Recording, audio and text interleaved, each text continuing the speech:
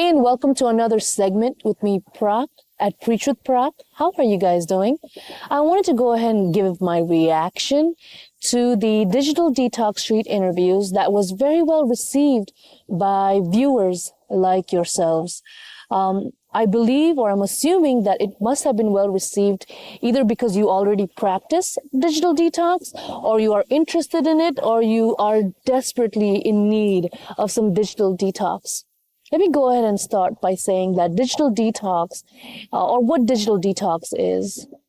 Digital detox is creating a healthy boundary, or even a boundary between your digital life or your digital devices and your other life. Now, this other life can include spending time with yourself, spending time with your family members actually in person, or it includes spending time with nature. So let me go ahead and share some of the questions I asked during this interview so you can get a gauge of what that boundary looks like.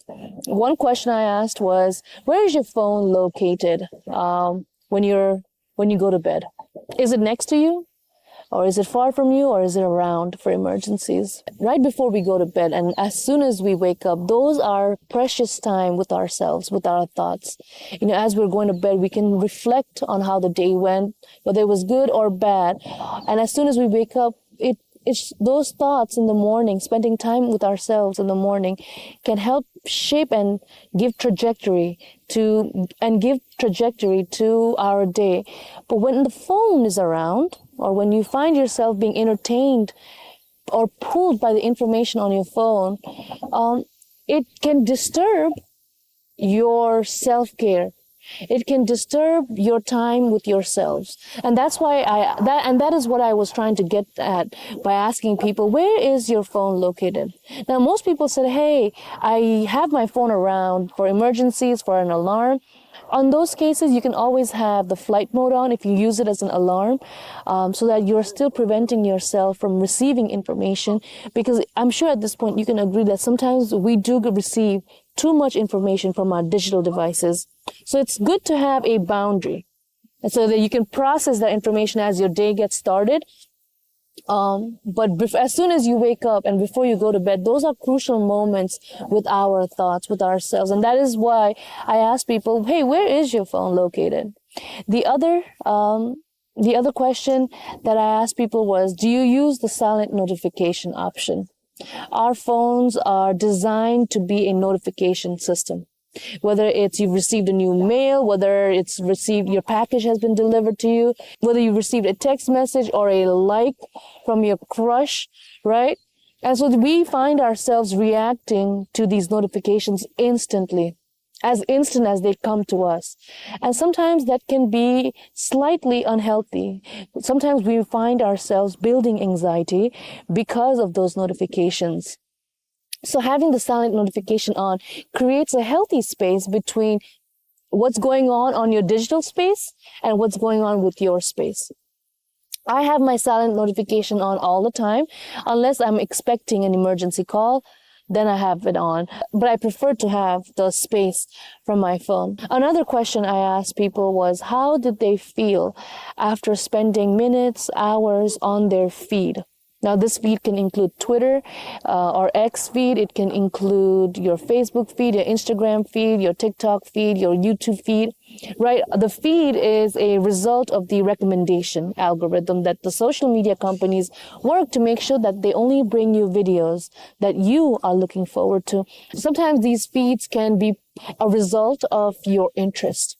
Let's just say interests like you want to learn a new skill, you want to travel somewhere, and you want to check this place out, or you are learning about a certain culture. So your feed can include all of these videos that can, in a way, educate you or enlighten you or sort of add to your imagination.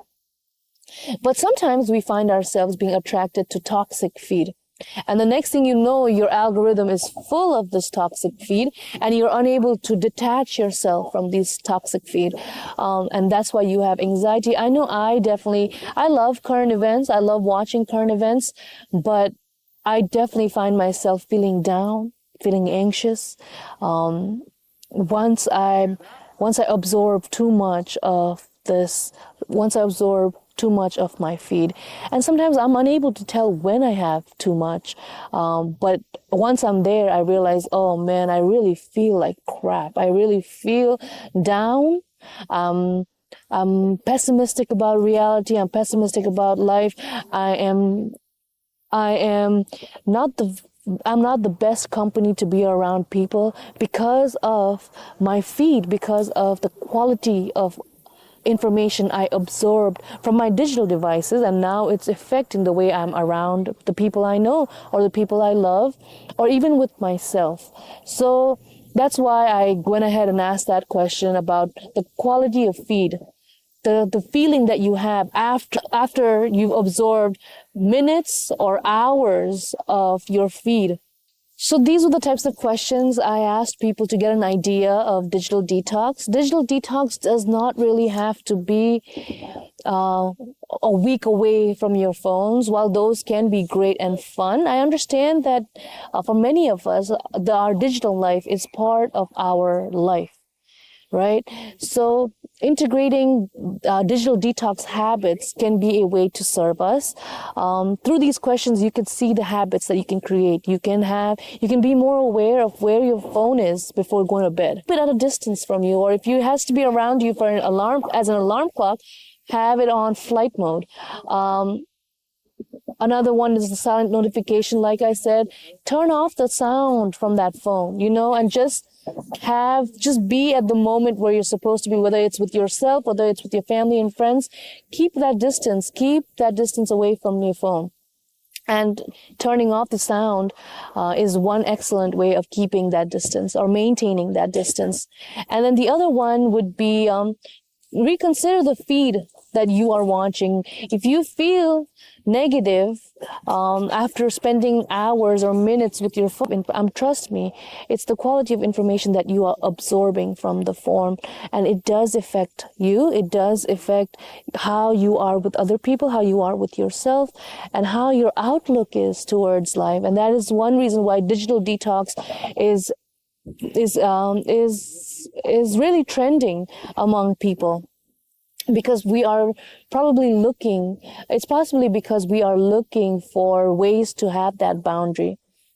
So anyways, I hope you enjoyed my reaction video, and I hope you consider maintaining your digital detox, consider adding digital detox to your life, or enhancing your digital detox even more. So with that, I hope you enjoyed this content. Again, like always, if you know somebody who could really benefit from the quality of content, from the type of content I bring to you, please feel free to share.